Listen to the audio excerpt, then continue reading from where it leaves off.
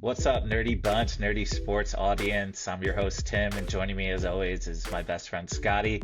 Today, we're going to be talking about the Philadelphia Eagles a lot because they had a monster win over the LA Rams. We're going to get into it right away.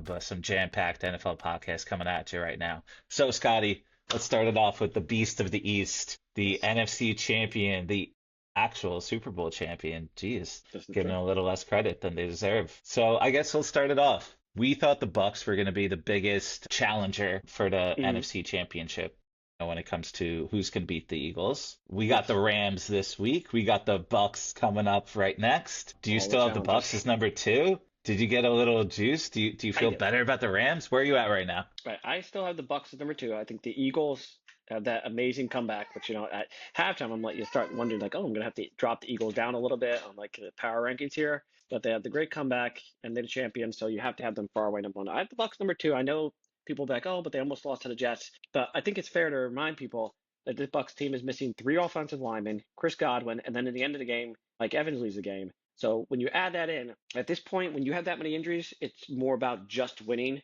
not necessarily a statement. So I'm fine with it being a close win because if anything, the one thing they did get is that three straight game-winning drives, each one done where they kick like either the final points where they kick or touchdown with like less than a minute. I think the one game was 59 seconds, and the other game was like 9 seconds, the other game was like 6 seconds. I believe that's the first time that's actually in NFL history to have three straight under a minute game-winning drives. So you add that in with the fact that they've beaten Philly two times in a row, and not to send any salt in the wounds, you're champions, you're not taking any. But if there's any salt, beating them like pretty badly, honestly, like the bad losses. That even if they lose, I feel like they're a team that they could get lose this week to Philly, and they're playing with house money. If they lose, they're still going to feel confident if they meet them again in the playoffs. Because you could say, hey, we didn't have three offensive linemen. Mike Evans probably won't even play. We're missing Chris Godwin, so they could lose, and it really doesn't matter. It's a no lose. It's a no lose situation, as in they could lose. Where for Philly, what if they lose and they say we just lost to a beat up Tampa team for the third straight time? Now I don't think it's going to crush Philly because they don't have the mentality to be crushed, but it would be a much bigger thing to lose to a third straight time to a beat up Tampa team. Tampa's playing with house money. They lose, I'm still going to have them as probably the second contenders because this is a free game to me with the amount of injuries they have and being the only team that seems to beat Philly at all. To me, it's a free pass for them. It's all upside, no downside. So they're still my firm number two because I can't take the Packers after their embarrassment. The Rams lost, and I think that's four in a row loss to Philly. Like they can't seem to beat them. It's always competitive, but they can't beat them. So I do have Tampa firm number two, Philly they firm number one. Yeah, according to Sharp Football Focus, which I feel like has the best power rankings, even though I disagree with pretty much every power rankings, they got Eagles, Lions, Packers, Rams, Bucks. So I'm sure Super Bowl odds are pretty much the same way with that. There's Mhm. a lot of love for the Packers still, even after being up 10-0 and losing to the Cleveland Browns, one of the worst teams in the NFL. But I'm really excited to see what the Eagles could do this week. I know it's not going to, be that big of a difference. I get what you're saying. Look, Mike Evans, he's a touchdown monster. There's a big Mhm. difference when he's on and off the field. Emeka Egbuka can only do so much. He's an NFL rookie. This is going to be his fourth, fifth game. What are we at? Week four, right? So fourth Yeah. game. He's already jumped off the screen. Bucky Irving, obviously one of the best running backs in the game. They're tremendous, tremendous competition when it comes to the Eagles. I was really going back to this last week. I thought the Eagles were done. Two Mhm. quarters in, at halftime, they were down. They literally had -1 passing yards, the Eagles. They had 34 total yards. Saquon Barkley, I feel like, is the biggest difference between 2024, 2025. Last year versus the Mhm. Rams, two games, he had four touchdowns. 60 touches, 534 yards. Dominated Wow. this team. Now they lost, or the Eagles beat the Rams in the regular season, then they beat them in the playoffs. 28-22, they beat them in the playoffs. But that game, Saquon had a monster game. Also, the Eagles fumbled the ball twice, recovered both of them. The Rams fumbled the ball three times, and the Mhm. Rams only recovered one of those. So the Eagles were +2 on turnover differential. Saquon had an outlier game, and they still only won by one score. So I'm a little scared. I'm not gonna lie. I think the Eagles are really dangerous. But when it comes to this year, Saquon was still first pick, not first pick, but first round pick in fantasy drafts. Cover Madden, which is fun, but Oh. Madden curse is for Uh-oh. real. And then he comes back and he got 22 touches, 55 yards this game. big difference. He's still getting the same amount of touches, but Mhm. I do like that since the Eagles were down, what, 28 to 7? What was it? Yeah, 26. 26 to 7. Yeah, so they were down 26-7. They were forced to throw. All of a sudden, Jalen Mhm. Hurts, he got the tush push in the beginning. Then they were stuffed on third down every single drive going into halftime. And then we open up the third quarter and verse sack fumble and, Rams score. Boom, they're up. They're up 19 points. That's insane. But after that, the Eagles, they put it on them. Jalen Hurts gets three passing touchdowns after that. And I'm really excited because that's what I felt like they needed to do. The Rams have one of the best pass defenses. And like when you know it's coming, you know they have to pass. They're down three scores. And he's still able to do it. He was very impressed by what Jalen Hurts had to do. Coming into this season, we have like the core four, the four best quarterbacks. We got Mhm. Patrick Mahomes, we got Lamar Jackson, we got Josh Allen, and Joe Burrow. I feel like talent-wise, look, the Mhm. man's constantly injured again, but I feel like he's like locked in at that top four. Then we're talking about who's fifth, and I feel like it's battle between Jalen Hurts and Justin Herbert, and both of them were going up against great defenses this week. Justin Herbert pulled out the win, which they're not used to doing, but they still have some struggles. So switching to the AFC, Justin Herbert, Mhm. by the way, he's been sacked 10 times this year. That's the fifth most. That's a lot. Now, the biggest difference between the Broncos and the Chargers was the difference in quarterbacks. They Big were difference. mainly able to win because Justin Herbert's substantially better than Bo Nix, especially Mhm. 2025 Bo Nix. Yeah. Now, I know 4 p.m. slate's a little harder. We just watched 8 to 9 games in the 1 o'clocks. Red Zone was firing. But did you catch much of that 4 o'clock game? What do you think about Justin Herbert right now? I mean, Justin Herbert's playing amazing. I feel like I don't want to be mean, but I am watching him with a little bit of I need to see the playoffs because he played really well last year and he's better this year. He looks better this year, and they're throwing more, so that's a really good sign. Because last year they almost played him like a game manager in a way, like a really talented game manager. But like I just mean that they became run heavy, throw the ball less, and like some people would say a knock against Jalen Hurts in that way. He's in the playoffs, he actually gets better. But as far as like the style they were doing last year, is kind of like, oh, just rely on the run game and we'll use you when we need you. So I do need to see it in the playoffs because Justin Herbert has been like really bad in the playoffs. Not just like a step back, like really bad. But the fact that he's throwing it this much and they're looking good, that's a great sign. And they're open up 3-0 in the division, so they got. I wouldn't say a lock because it's such a tough division. You got the Chiefs, and even say you got the Definitely. Broncos, even the Raiders. Like it's just a super tough division. I'd say probably the toughest in the NFL, so that doesn't help for them. But I'm feeling like I want to buy in, but I'm still just a little cautious because of the playoff snake bite on me on Justin Herbert. And it's not his fault. It's just I need to see it in the playoffs. But on paper, right now, they're doing everything they can. They look great. So I'm terrified of Jackson Dart's first start against them. Not really for the podcast because the Giants suck, but that is in the back of my mind. It's like, oh god, it's like I can't wait till next week with New Orleans. But yeah, and as far as the game itself, I feel like the Denver's got a problem. They got a quarterback problem, and I don't mean to Yeah, just be like a complete hater. Bo Nix has been bad this year. It's only 3 games, but it is 3 games where against the Colts he played pretty well, but still not like blow your socks off.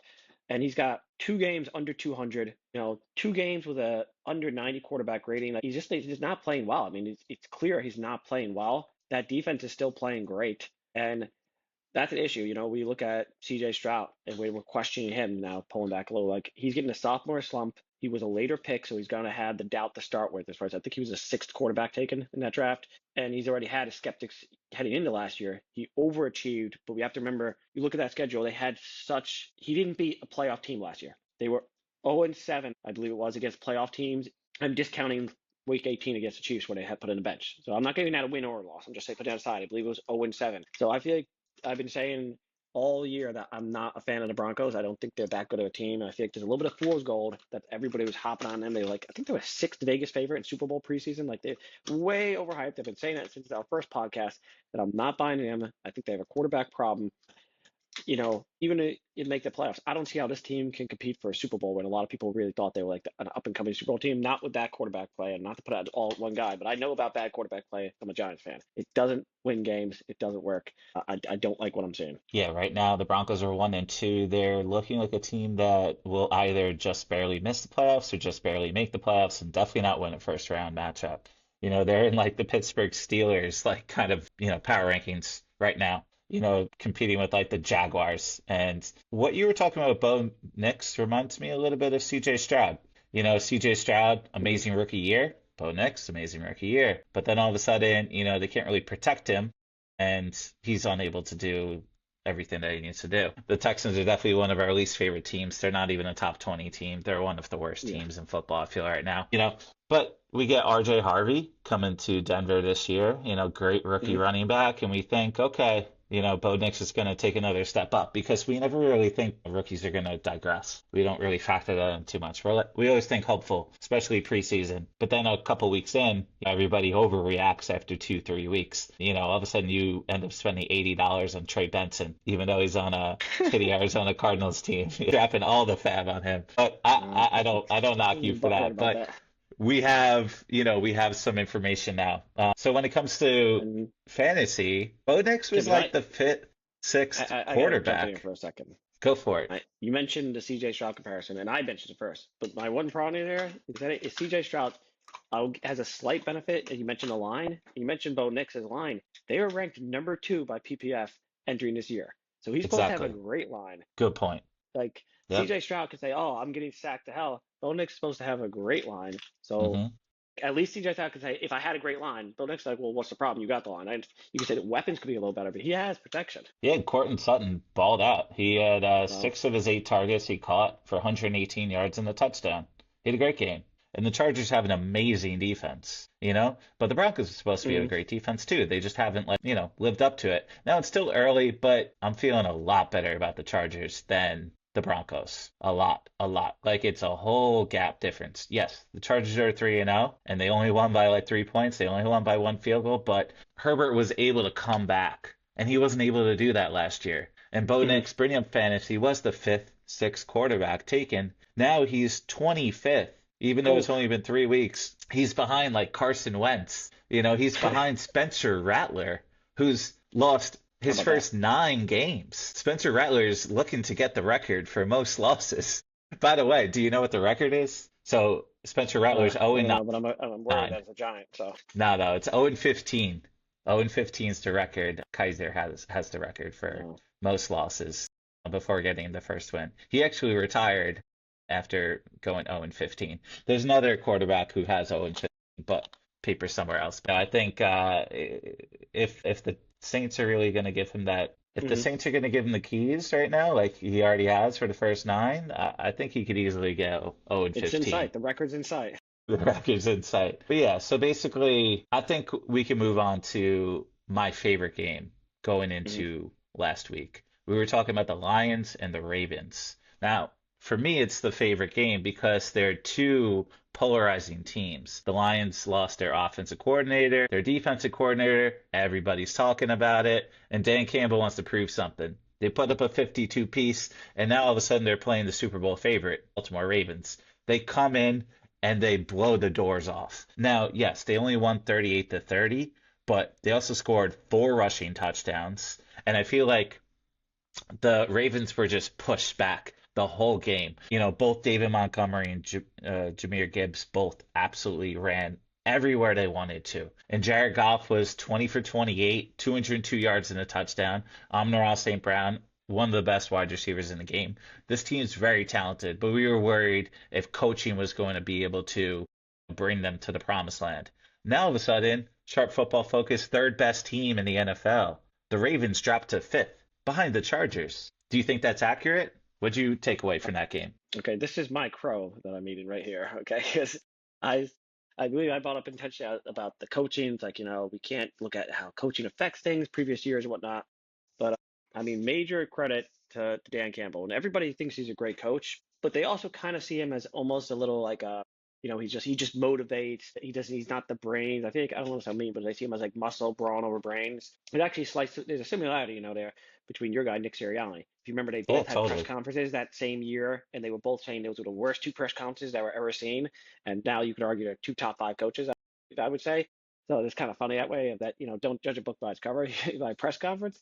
But I mean, the way the Lions are playing, and they still got some trickery. There were some nice plays there. I mean, clearly they are adjusting to losing coaching. I'm not saying that the coaches they lost were bad because I'm saying that, but like you have to give the head coach credit. If your team can come back and start operating they were to last year and basically have a one mulligan of week one and start going back to where they were, then that has to be coaching, and you have to give a huge, flowers, whatever you want to say, to Dan Campbell saying, okay, you lost two assistant coordinators. That's really hard to do. Ask any team. And you're back and you score. I think there was what I heard that they scored 90 points the last two games, which is the most points they scored in two games in the past since they've had Dan Campbell, even when they had Ben Johnson, actually more points. So super impressive. I'm super into that.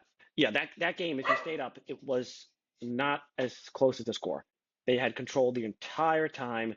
They were just pushing them around. Maybe not the entire time. No, they were downtime, but like as a third quarter, they were pushing them around. They're bullying them. But I think the No, the bigger issue Ravens were is down so many points, you know. Yeah, Lamar they Jackson was bullied them. able They to pushed bomb them that around. to Mark Andrews. Mark Andrews is on most fantasy waiver wires right now because he's Yeah, been so bad. He got like 2 fantasy points in the first 2 weeks combined. And then all of a sudden he balls out and I'm sure people are going to grab him now.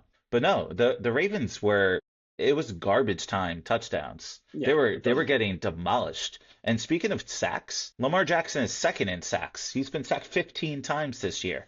The only guy sacked more is the worst team in the league, Tennessee Titans, Cam Ward. mhm. The only team. If you look at all the sacks, it's all the worst teams. And then Lamar Jackson. It's so bad. Yeah. I mean, generally, if you're in the bottom, like leading in sacks, you are a bad team. They have so much talent that they're able to overcome it, so to say, to a level. But then again, they're one and two teams, so maybe they are a bad team. I don't think they're a bad team. I mean, they are They one and could, two, and can easily be, one and three. They lose to the Chiefs. It's a big game this week, yes, so who knows? yes, Well, the one thing Baltimore's got going for them is with Joe Burrow going down, and what we see of Aaron Rodgers. This should be an actual easy division. It went from, people were totally. saying preseason it's top two, top three, maybe the hardest division, but now it's really on the easier side. You have a Cincinnati team that just got destroyed. That was unwatchable against Minnesota. We got the Browns, who are the Browns. I know they got the win, but they're the Browns. And then you got Pittsburgh, who is like basically just pencil them in for about 9 wins and with a plus or minus of maybe one. Like 8, 9, 10 wins, that's the maximum, and out in the first round. They're not a threat. So they should be able to win their division easily, but they have some problems. You almost wonder, is it hard to be this good for this long without winning a Super Bowl? You think of the Bills of the '90s losing four straight. At some point, something's got to give. I don't know if the locker room, and I'm not saying they have any issues, but you wonder if Baltimore's been like so always voted the number one team preseason, always given MVP to Lamar Jackson multiple Yeah. times, always said they're so talented. They've had polls where they had these different like analytic polls saying that they're the top five team of all time, even though they don't win the Super Bowl. And at some point, does it just kind of come crashing down? There's like frustration that you just see this team like you can't do it again, especially the big spots. It's the Monday night game. It's the playoff games. It's the biggest spots. The opening game against Buffalo. But it's the big spots. Just forget it. If it's a 1 o'clock game, bet the house on them and you'll win. That's a great bet. But I think if it's a primetime game, Thursday night, Monday night, Sunday night, playoffs, don't touch Baltimore. All right. I feel like I've gotten a snake betting them for the last time, betting them to win on a primetime game. Yeah, I mean, when your quarterback gets sacked that many times and when Derrick Henry fumbles every single game, he also leads the league in fumbles right now. Like, that's not a winning recipe. We got a lot of things, bad things to say about the Chiefs and the Ravens, and we call them the best. That's all of a Mm-hmm. sudden why the Buffalo Bills are number one team in the league. But Mm-hmm. at the same time, there are only two teams that won that didn't cover this week, the Bills and the Bucks. Now the Bucks didn't cover because of the blocked field goal touchdown. By the way, that was amazing television. When all of a sudden we get Oh the my God. Jordan Davis blocked field goal touchdown, then we get the Bucks blocked field goal touchdown, or the Jets Within like a blocked field 5 minute goal span, if you're touchdown watching against Red the Zone, you thought it was a yeah, it was replay or like, something. If you're not whoa. paying attention, you might have been like, was that a replay? Is that the same team? Like, no. Yeah. My neighbors were screaming, and I was like, they're watching the Eagles game? And then all of a sudden I flip on Red Zone, and boom, the same exact play happens. Turn to my girlfriend, I'm like, babe, this is not normal. And the fact that it happened in twice in like 5 minutes, like, that was insane. And then all of a sudden the Browns beat the Packers. And it's like, whoa, what are we going to do about that? But yeah, I mean, I got a lot more respect for the Lions. I feel like my takeaway from that is the Lions are definitely a Super Bowl contender. I think they're locked in. I think all the teams we spoke about last week are still locked in, but the Packers are still for me the only team, the top nine, according to all these rankings, all the Super Bowl odds, that I just don't believe in. Now they're playing the Cowboys this week. So once again, we're God, probably not going to learn much. The Cowboys just got no. demolished by the Bears. Caleb Williams was like, look, you may have been my coach last year, but I'm going to prove that you lost and I'm the winner Hmm. and we're going to take over. And he balled out, and then all of a sudden, I feel like Caleb's like the Bo Nix of this year. Like everybody thought Bo Nix was going to be like that quarterback that we could get that's young. Now all of a sudden, Hmm. Caleb Williams is the second year guy, obviously, but the second year guy that, we're going to put a lot of stake in when it comes to fantasy, at least, when it comes to stats. But when you look at the AFC North, I think it's still the Ravens to lose. Like they have to be really bad. Even if they go 1-3, I think they're still going to Yeah, be favored to win that division. I would. When you compare the quarterbacks, we got Lamar Jackson, Aaron Rodgers, Jake Browning, and Joe Flacco for now. Joe Flacco for now. Exactly. Thank you for the Browns. Big outliers, obviously, right? Like it's some of the worst Yeah, quarterbacks. Aaron Rodgers can only make like two or three throws. I yeah. don't have any faith in the Steelers, but I feel like I haven't fully learned too much other than I'm a little worried about the Eagles. I'm really excited they got a good win. I'm a little worried about the Chargers. Really excited they got a good win. I'm feeling a lot better about the Lions, and I'm a lot more worried about the Ravens, even though I opened up last podcast like, here's our Super Bowl leader, but I don't believe in it. But now all of a sudden I'm like, East, are they even top two? Like I'm looking at Hmm. this, talking about the NFC, now the AFC, Bills, Chargers, Ravens, Chiefs, Colts, that I'm like, oof. All right, maybe the Ravens aren't even top three. Maybe the Chiefs can prove and take the top three. Hmm. But I still have to have the Chargers, no matter how good they do. I feel like they could go 8-0, and I'm like, I don't know if I can fully believe that you're going to beat those three teams in the playoffs. Yeah. I mean, in this case, it's like the playoffs and regular season are different things. You go to regular season, you got to put so much more into your schedule and your division. It just matters a lot. Like the Bills should cruise to the one seed as of now with 3 games in, which is a little bit of a sample size. When they look at the remainder of their schedule based on this year's team's winning percentage. So instead of the preseason, so now we have a little idea, like we might say, oh, the Colts are actually a good team. You start looking at matchups a little differently. The Bills have the easiest remaining schedule in the NFL. I believe it. I think it's their opponents' combined winning percentage is like 40%. I think it was a hair under like 39. So they should cruise to like 15-2. So whether or not you pick the Bills in the playoffs, you could almost pencil them in for a one seed most likely because the Chargers, although they're also 3-0, they still have a really tough schedule. They still got, even though they're 3-0 division, their division is not easy. They got to play the Chiefs again. They got to play the Broncos again. They have a lot of tough games. Bills are just going to cruise ahead. So that's Houston. You mentioned it, Baltimore. Even at 1-2, even if they lose this game, they're not going to get the one seed, but they can pretty much guarantee a division because it's much easier. Meanwhile, the Chargers, even at 3-0, you feel like in that division, obviously the Chiefs and the Broncos are not an easy out. That game went down to the end.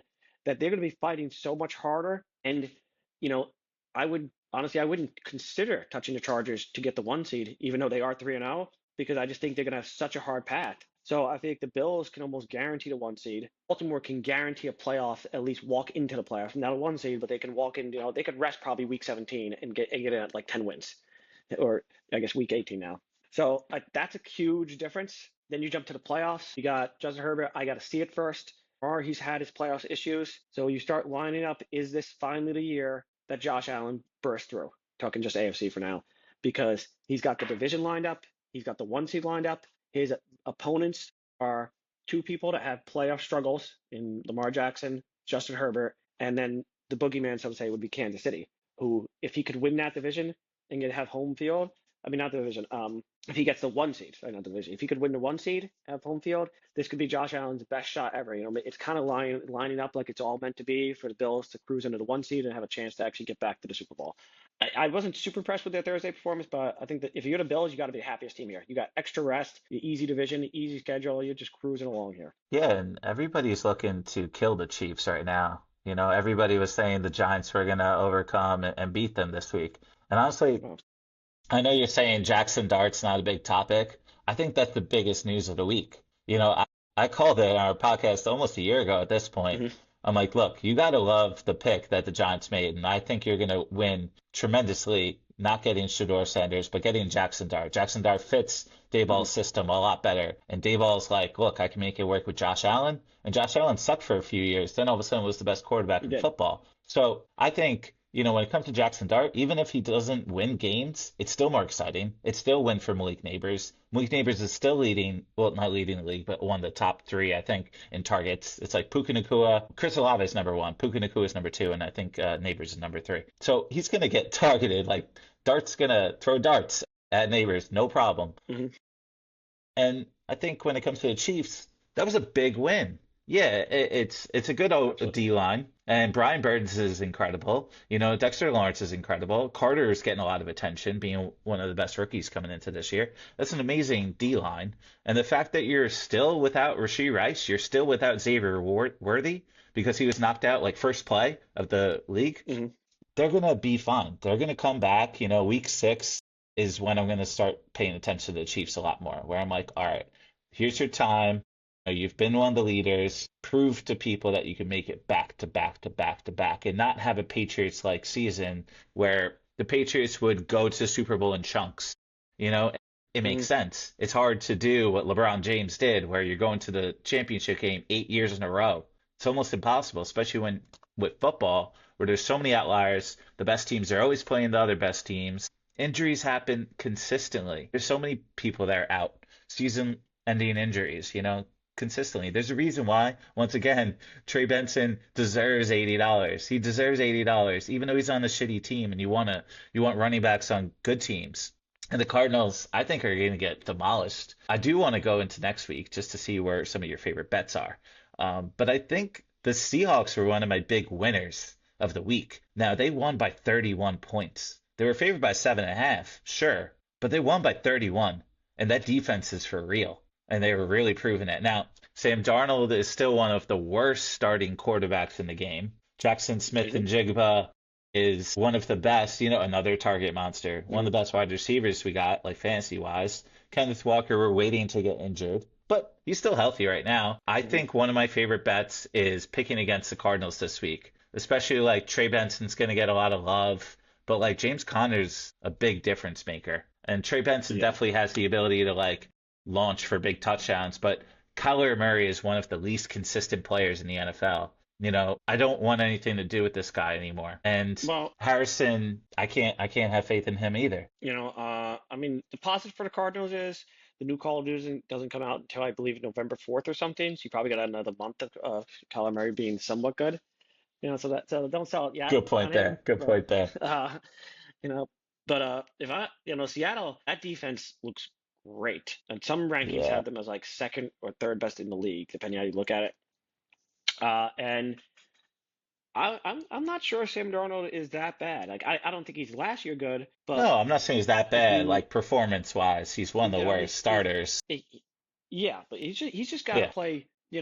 He's got to be a game manager, so to say. Like that defense. You look at Pittsburgh now. We know they're known for defense, and now the defense this year is bad. What if Seattle had basically Pittsburgh's defense from last year? Let's just say it's the best defense, and it might be. We'll see. 3 weeks into me is too early to say that. What if 5 weeks in we say, okay, this is officially the best defense? Well, when you have the best defense in the league, like I said, I'll take it like a Pittsburgh last year. Look at Pittsburgh's quarterback play last year, and they got in the playoffs. So you're getting that type of defense. Like I said, number one in the league. Then your quarterback play just has to be average, even a tier below. Like if you're in that second, third, like 20 to 22, so a little below average, not the bottom, you can make the playoffs with that. I like what Seattle's saying. I do think that Arizona's kind of a little fraudulent, so I like that bet. My favorite bet of the week is the obvious bet, honestly. It's the Packers. Eagles, the The Cowboys. Packers, because I mean the Cowboys. There's many things, and because the fact that the Packers lost to the Brown is even worse for the Cowboys and better for betting on the Packers, because Hmm. they're getting ripped apart in the locker room by the coaches, by their own teammates, like turning each other. How can we do this? This is embarrassing, and so on and so on. And then add into that the Micah Parsons motivation that he's telling all over there, and he's this Totally. likable, loud guy. The podcast, he said, guys, do it for me. And then let's just do the real stuff. That's like emotional stuff. The real stuff, CeeDee Lamb's not going to play. You take the Cowboys, you remove CeeDee Lamb, like the offense drops off a cliff. Bears were terrible on defense, and they only scored 14 points when CeeDee Lamb went out. And the first two games, the Bears were giving up like over 30. I don't remember exactly off the top of my head. You look the first two games, they gave up 27 to Minnesota with J.J. McCarthy, who now does not look good. They gave up 52 to Detroit, and the Cowboys can only score 14. So that Bears defense was bad. You go against the Packers defense, who did play well against the Browns. They only get, they were playing well. That was not a defense thing for the Packers. And you go and you take the Cowboys defense, which what they look.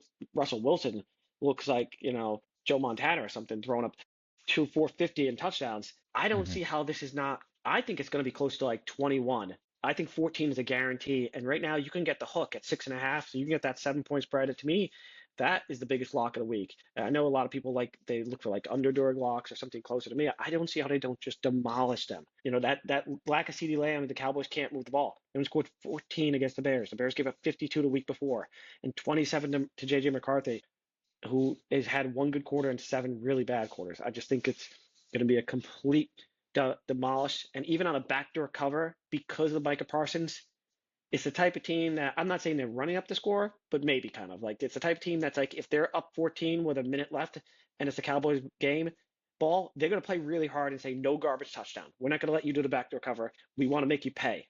So I think that's honestly my lock of the week. I would go with Green Bay. I just think they're going to demolish them. Yeah, they're in Jerry World. It should be now historically the Packers and Cowboys have like a little rivalry outside of, divisions. Like usually obviously Eagles, Cowboys, Eagles, Giants, stuff like that. Obvious, rivalries. But when it comes to Packers, Cowboys, they play a lot in the playoffs. And the Cowboys are pretty much always a team to lose. They're a Yes. team that constantly makes the playoffs and loses first round and Dak, explodes. And yeah, if Dak doesn't have CD, he's going to go to Pickens all day. Jake Ferguson, Jamal Williams is one of the biggest outliers I feel of the season so Mhm. far. I was worried about their rushing game. All of a sudden, he's actually one of the leaders with fantasy from running backs. A little surprised by that. But I'd love a team that just got beat down, And they were up 10-0, and they probably felt like, okay, we're fine. The Browns aren't going to score two touchdowns. Yeah. And then they lost. They lost to one of the worst teams in the league. So they're definitely motivated. Micah is definitely motivated. And the whole team's going to rally behind that. I love that pick. I think, that's an emotional pick. But the Packers also, like we keep talking about, they're the only team in the top tier that we still haven't fully believed in yet. This could be a prove it. This could be a I win by 21 points. I could win by 35 points. Like last week, the Panthers won 30-0 versus the Falcons. They were Man, proving it. They're that take like, did not look, age well. We were talking about the Falcons last week. I know, I know. We did say they're young and they got a lot to prove and we like their foundation. But the Panthers were like, hey, you Mhm. think we're the one of the worst teams in the league? Like, get out of here. I was shocked by that. I mean, that was the biggest point Mhm. differential. They're 5.5 point underdogs Oh my and they God. won by 30. How insane is that? The Vikings also won by 38. That was a whole just mollywop, but that defense came to play. But yeah, I like that pick a lot. I like the Seahawks, and seems sorry, I like the Seahawks. Seems like you like the Seahawks, and I like the Packers too. Mhm. Now, bringing in the third pick, I think. So you were saying the Bucks are kind of banged up, but Bucks are one of your favorite teams. Do you feel like the Eagles can put it on them, or the fact that they just had this like emotional win, comeback win, almost like the Bucks keeping it to 3 points is more likely? Like I don't even know where to go with that pick, but I could see the Eagles winning That, by a you know, touchdown. I personally am not gonna bet it, but if I were, I think Eagles about 7 sounds right to me. I think the Bucks are just so beat up. As far as I'm aware, Mike Evans isn't gonna play, and I just think that's it's just at some point you have to wonder if the emotion goes the other way. Like you almost wonder. When I thought for a second the Bucks might lose, I'm like, oh, is it because they've had back-to-back game-winning drives like that? Sometimes you have that. You're so emotionally high, you have to come down. Remember a couple years ago they had it the Minnesota Miracle. They had that touchdown pass at the buzzer in the playoffs against the Saints, like bouncing off the guys, and they had that backup quarterback was playing. I forget his name, but and it's like, oh my God. And then they went to the next game. They played Philly with Nick Foles, and they got destroyed. And everybody thought they were going to win because it was Nick Foles at the time.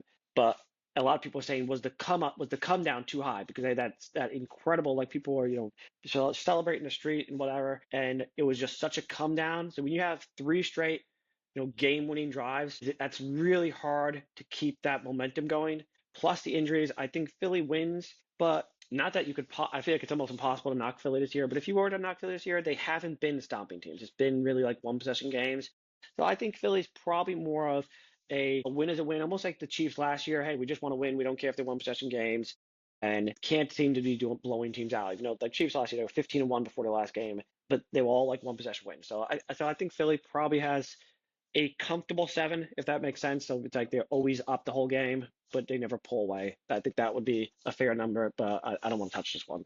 I think Yeah, that's what's going to happen. I think it's definitely a stay away. Not only is it the Eagles, but it could easily be 90 degrees in Tampa. You know, the Bucks have literally won every single game within a minute left on the clock. You know, they have comeback wins constantly. Hmm. Even the Jets right now, last week, like that blocked field goal Yeah. touchdown. I was like, okay, it's Baker time. Let's see what they could do. The Jets just had this super emotional play. Boom, big letdown. I'm a little worried from the Heat perspective being on the road. You know, there's so many Hmm. injuries with the Bucks. It seems like obvious, but the Bucks are trying to prove that they could consistently beat this team and that they're the best team. You know, I feel like there's a lot of teams that think they're the best team in the NFC, you know, and I think those teams are going to have to prove themselves this week.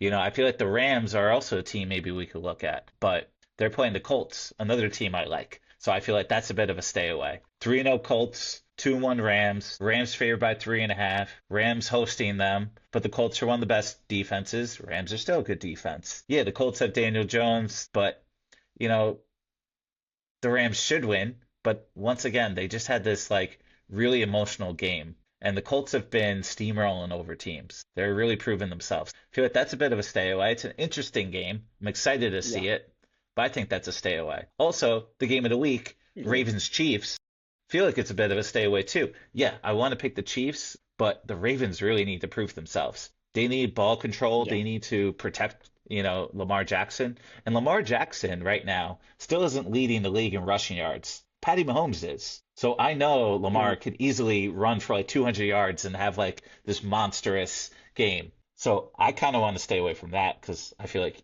either of those teams can win. I agree. I think this is a tough week so far. I think I see a Hmm. lot of stay away games. You know, Sure. if you press me for another game right now, I'm leaning toward the Niners. I think Jacksonville is a little fraudulent. They play a Yeah. Texans team that we both think are not very good at this point, and they only win that on a CJ Stroud interception basically at the end.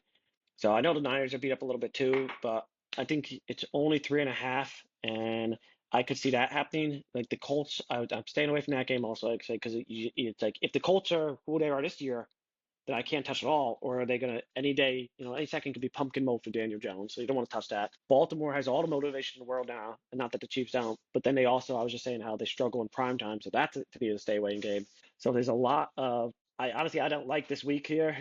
Like as far as betting, I'd go with the props. I think there's more props there. Definitely not a So big I'm fan. interested in that Before you go one. into the props, I want to close off on the Jaguars 49ers. The Jaguars are such a great defense this week, and they I feel like they're getting a little Yeah, exhausted with how inconsistent Trevor Lawrence is. I don't know he how much is longer of a leash very this guy has. inconsistent. Brian Thomas Jr., Travis Hunter, they gave away the farm for this guy. Now all of a sudden he may not even be their wide receiver. They may just fully give him a cornerback role. Hmm. And Brian Thomas Jr., I feel like is one of the biggest letdowns, you know, coming out of fantasy, one of the top guys, one of the top performers last year, you know, second year. We're hoping he's going to surge a little more. Or Once maybe again, somebody I would gotta, trade him for something.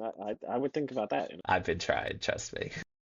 You But he won me the championship know? last year, so I was like, it was honestly between him or Drake London. Both are misses. I have them both, one in each league. Both are misses. But yeah, I do like the 49ers. I feel like I want to give the 49ers a little bit more love. Like, especially while Christian McCaffrey is healthy. This guy is dominating Yeah. everything. He's one of the most explosive players in the game. Still looks totally fine to me. And Kyle Shanahan just knows how to scheme. I obviously would lean 49ers, but I feel like that could be a bit of a barn burner. So, what are some prop bets you got? I like game script a lot. So, I think I would look for, God, I hate to say this.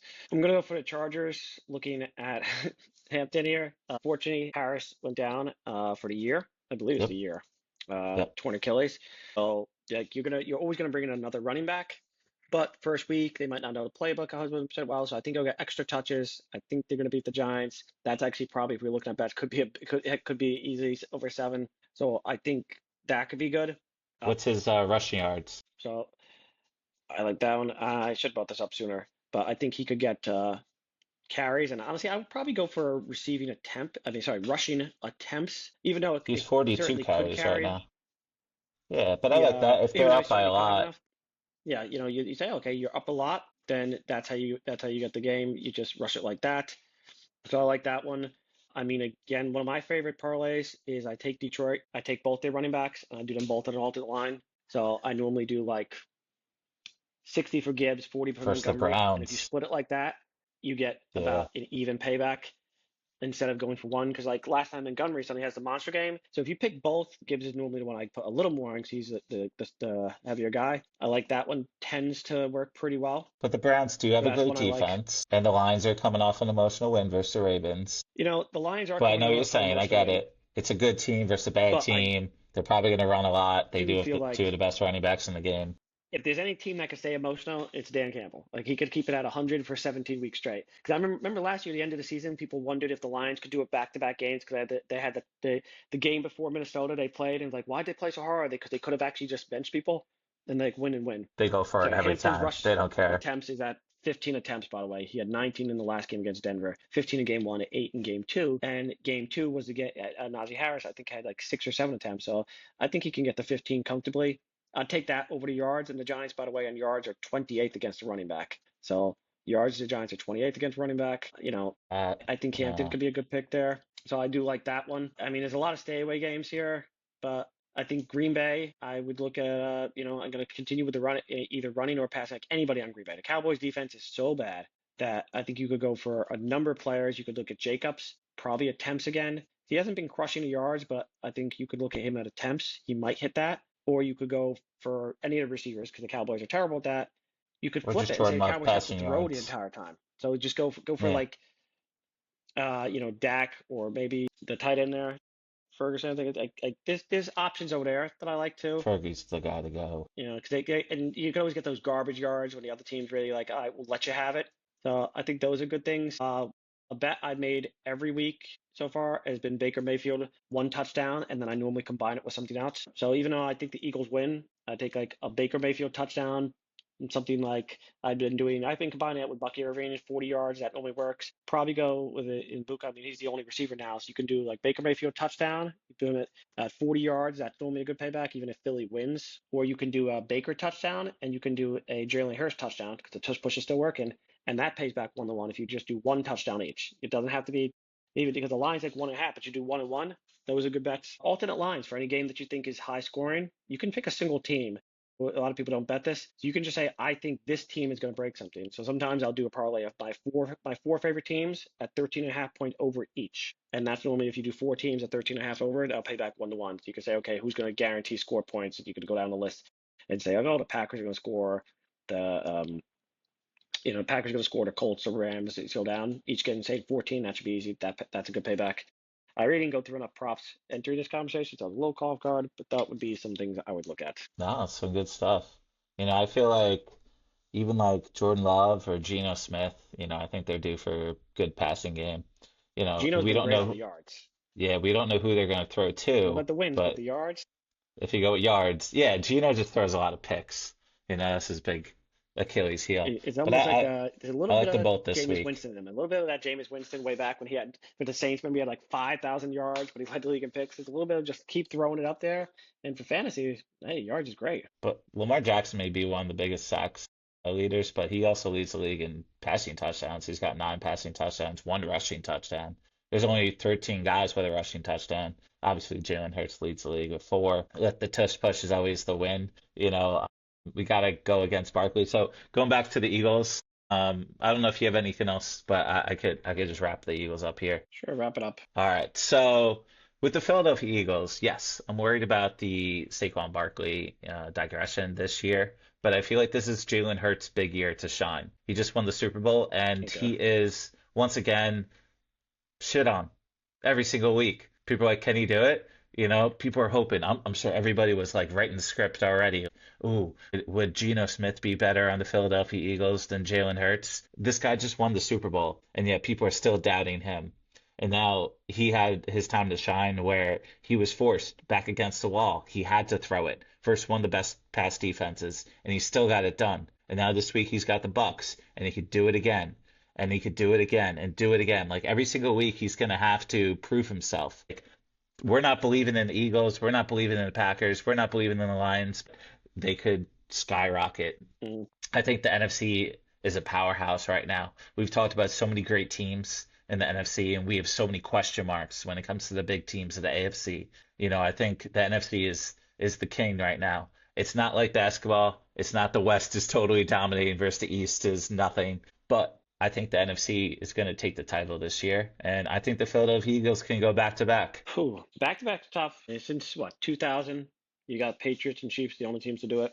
But We'll check in each I mean, week and see. they can, Yeah, they obviously definitely can. they're dangerous, I'm not man. mad at the take. I know it sounds a little homer, but it's not a bad take at all. I'm a realist, I man. can't I disagree with don't it at all. I normally don't like this team. Last year was the first team I actually liked. I was like, oh, this team's good. I'm still a little worried, but I think it's early. And the Eagles last year were like really relying heavily on Saquon. He's still one of the best running backs in Yeah. the game. He may slow down, So but that would be towards the my end of the question. year in the playoffs, he's gonna have to turn it up. Yeah, And but any Jalen worry Hurts that is they carrying might him. put too much mileage on last year? Oh yeah, totally. Because that happens to running backs, particularly. It's just like one year, the drops are generally huge. Yeah, every team's got their issues. And look, the Bills are still, well, not still. The Bills are now the big team in the league. But they also like, yes, a division rival, I guess, but like it still took them a lot to beat the Dolphins last Thursday. And they got who they got this week? The Bills. They got the Saints this week. Uh, yeah, it's like, what was that, 17 points 16 and a favorites or half. something like that? Yeah, 16. Well, Yeah. we I know mean, Spencer Rattler's going 0 and 10. We know that's happening. yeah, that's the only negative with the Bills is it's hard to rate how good they are because they're going to have so many garbage games that you'll be like, are they really good or just keep getting this garbage game? So yeah, I know this is blasphemy, but you could make a case that Jalen Hurts right now reminds you a little bit of a young Tom Brady. I knew you were And gonna I say only that. say that in the sense that if you put the dots, if I remember back then, I'm old enough to remember, everybody would talk about Peyton Manning and how he's the best quarterback, but his team's not as good. And Tom Brady, the similar that you hear about Jalen Hurts, obviously the styles are completely different, was could he win out if he was on a worse team? It's just the Patriots got this amazing defense and they got Belichick and they started saying all the things. It was different pieces. They didn't have the running back like Akon, but they had certain Hall of Fame pieces. So instead of Hall of Fame running back, maybe it was Belichick. And they had the super dominant defense, and maybe it was the defensive line was a little more important than the Eagles' offensive line. But you get the point here. It was, oh, well, he's not that good. He only has a couple Super Bowls because he's sitting on this team. Peyton Manning's the best quarterback in the league. You can't compare Tom Brady. And then eventually he starts stacking up actual like statistics, just yards, and like, oh wow, actually he's really good. It's not just that. So completely different styles, but the concept of great team, I'm going to hold it against the quarterback, and like leadership, coming stronger in the playoffs. Those are all things that young Tom was doing. So I think there is actually a slight similarity. People like, oh, you can't make that similarity because their styles are different. One's white and one's black. If you actually really think about it, I do feel like there's some similarities there. We just talked about leader, intangible, and no credit because the team is too good. Yeah, there's definitely a lot of doubts. That's why I'm trying to focus on who are the teams that we're doubting that are at the top. And those are the big focuses of this week. All right, guys, so we're going to be back next week with another football podcast. There's a lot of sports coming up. We got the MLB playoffs next week. The Yankees just clinched playoff odds, this last night. They're one game behind Toronto. We got the Ryder Cup. We're not going to be talking about that. The NBA season is coming right around the corner. Fred VanVleet just got, knocked out for the whole year. And maybe they get Peyton Pritchard. Maybe they even get Derek White. I feel like they already went all in, the Rockets, with Kevin Durant. I think they got to go all in again and trade the house. All I know is Amen Thompson, Alperen Şengün are going to stay on the team. Everybody else, disposable. So we'll be back next week, Nerdy Punch audience. And as always, Scotty, keep it nerdy.